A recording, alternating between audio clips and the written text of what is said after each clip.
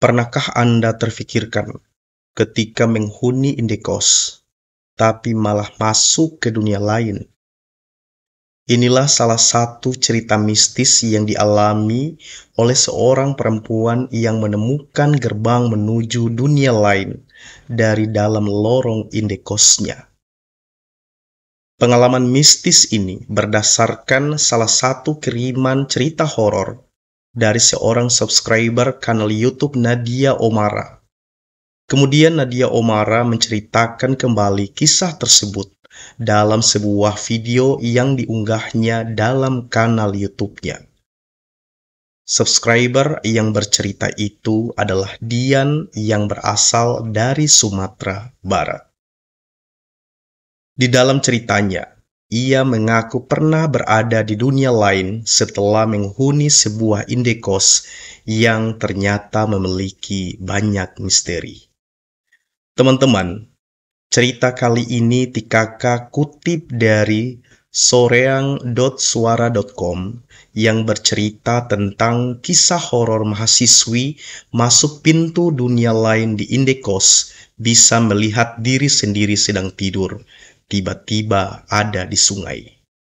Sebelum kita lanjutkan cerita ini, mohon teman-teman untuk sudi men-like video Tikaka. Kemudian teman-teman yang belum subscribe dapat mensubscribe channel ini sehingga channel ini bisa lebih maju dan lebih berkembang. Terima kasih atas keikhlasan teman-teman semua. Kita masuk ke ceritanya.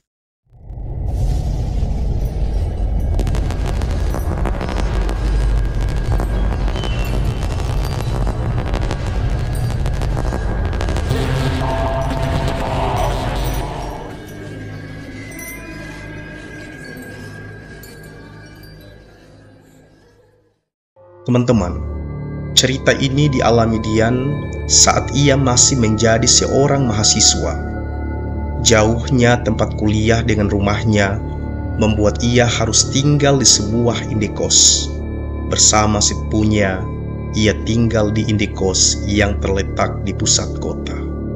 Indekos tersebut memiliki fasilitas yang memadai, kebersihannya terjaga, serta harganya yang murah, teman-teman. Indekos ini diperuntukkan hanya untuk perempuan saja. Diperkirakan harganya hanya Rp250.000. Pemiliknya ialah pasutri yang sudah lanjut usia.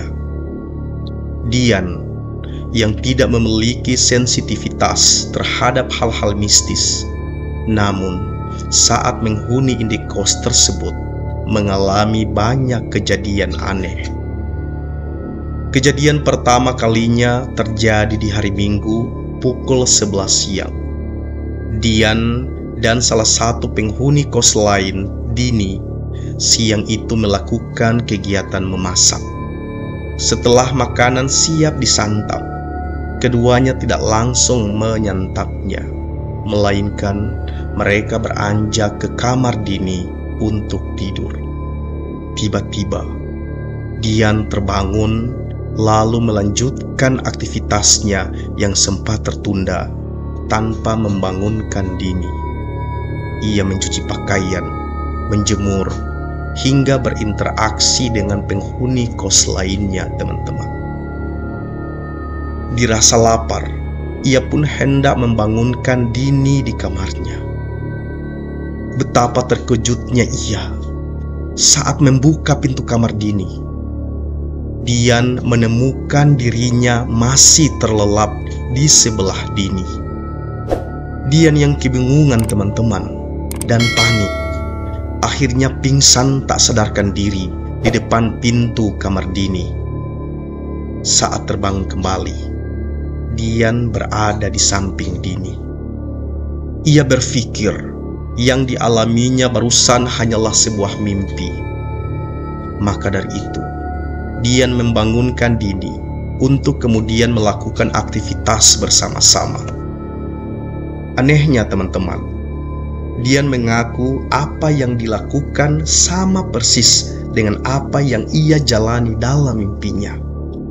Dirasa pikiran-pikiran tersebut membuat dirinya tidak nyaman Ia pun bergegas ke pantai dengan niat menenangkan pikiran. Ia kembali ke indekos saat waktu menjelang maghrib. Saat melewati pintu demi pintu penghuni kos lain, teman-teman, ia tiba-tiba mendengar suara tangisan perempuan yang ternyata berasal dari kamar Tina. Dian yang mendengarnya kemudian mendekat ke depan kamar Tina dan kemudian mencoba menenangkannya dari luar. Tina yang menyadari kehadiran Dian menjawab pertanyaannya dengan jawaban yang membuat Dian bergidik ngeri. "Masuk aja, Dek. Mau kan adek nemanin kakak selamanya? Kakak mau bunuh diri aja. Kakak nggak sanggup lagi," ucap Tina dari dalam kamar. Sebagaimana hal ini diceritakan Dian melalui Nadia Omara. Setelahnya, teman-teman, terdengar suara berisik barang-barang jatuh berserakan dari dalam kamar Tina. Dian yang panik segera menghampiri kamar Nita. Nita yang diberitahu bahwa rekannya ingin bunuh diri langsung terkejut dan bersama-sama menghampiri kamar Tina. Keduanya berusaha membuka pintu kamar Tina yang terkunci saat itu. Sampai suatu ketika, Dian tersadar bahwa pintu tersebut terkunci dari luar, yang berarti penghuni sedang tidak berada di dalam kamar, teman-teman.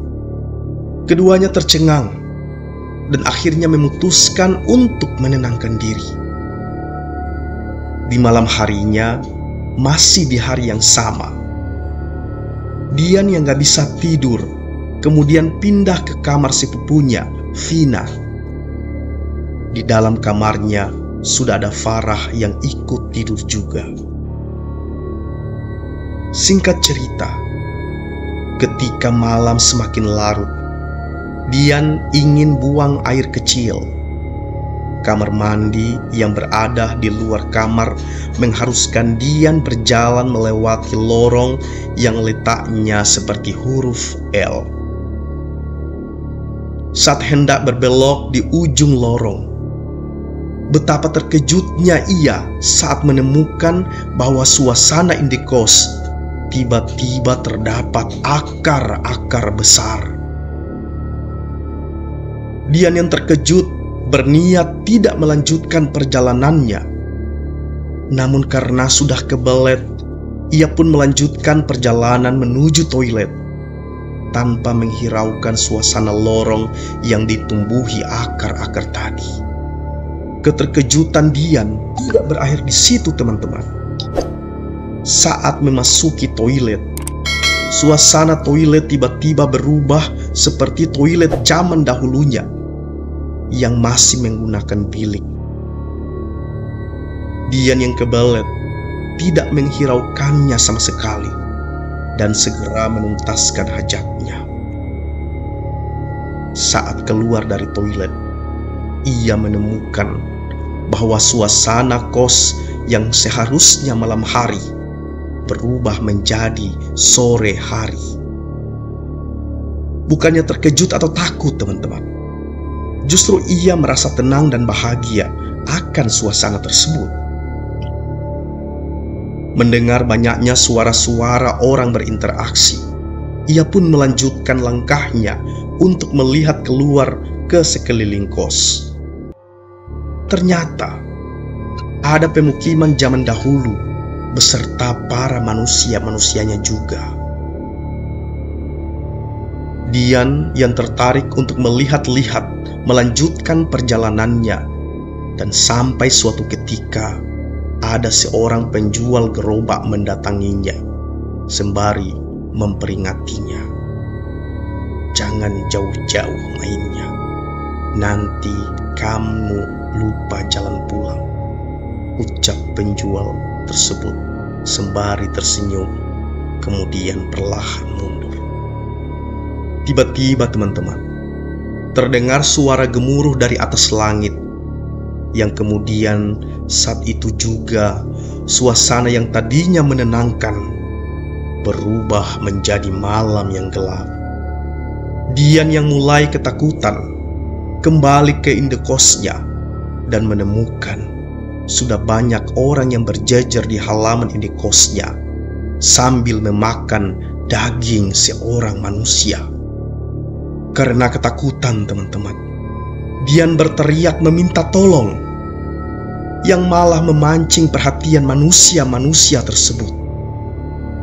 Ia pun kemudian dikejar-kejar oleh kelompok manusia yang berjalan merangkak. Dian berlari menuju lorong di dalam indekosnya. Menurut pengakuannya, lorong tersebut terasa sangat panjang dan tidak berujung. Hingga akhirnya, sampailah ia di depan pintu kamar Vina. Ketika pintu dibuka, Dian dikejutkan kembali dengan melihat pemandangan dirinya memakan pecahan kaca. Dan di sampingnya ada Vina dan Farah yang menangis ketakutan akan ulahnya. Dian yang terkejut lalu berteriak-teriak kembali meminta perhatian dari ketiga orang tersebut. Kemudian, teman-teman, Dian yang sedang jongkok memakan pecahan kaca kemudian meliriknya dan menjawab teriakannya. Udah pulang," ucap Dian yang sedang jongkok.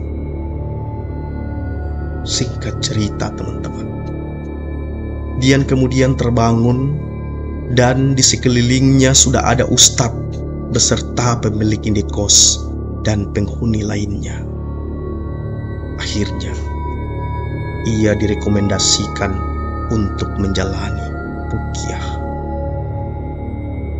Mendapat suruhan tersebut, ia memutuskan kembali ke kampung halamannya dan berencana melakukan ruqyah didampingi orang tuanya.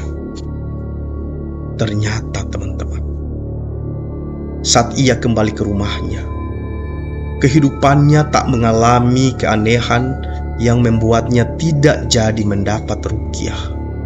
Karena dirasa sudah tidak merasakan gangguan apapun, ia memutuskan untuk kembali ke indekosnya setelah seminggu berada di rumahnya sendiri. Malam itu, teman-teman, Dian tertidur bersama ibu dan adiknya. Hingga suatu ketika, ibu Dian terbangun dan menyadari hilangnya Dian. Dian hilang bak di telan bumi. Anehnya, pintu rumah beserta gerbang masih terkunci dari dalam. Semua penghuni rumah dibangunkan untuk mencari Dian. Namun, tetap hasilnya nihil.